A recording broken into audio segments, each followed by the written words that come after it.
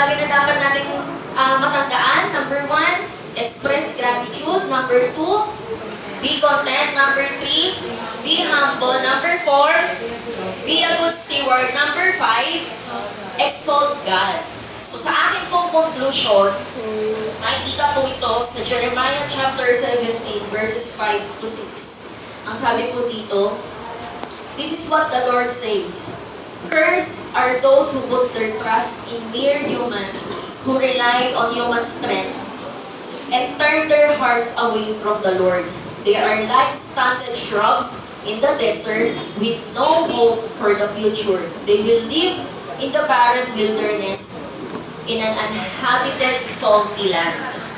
So, sabi po dito, cursed are those who put their trust in mere human.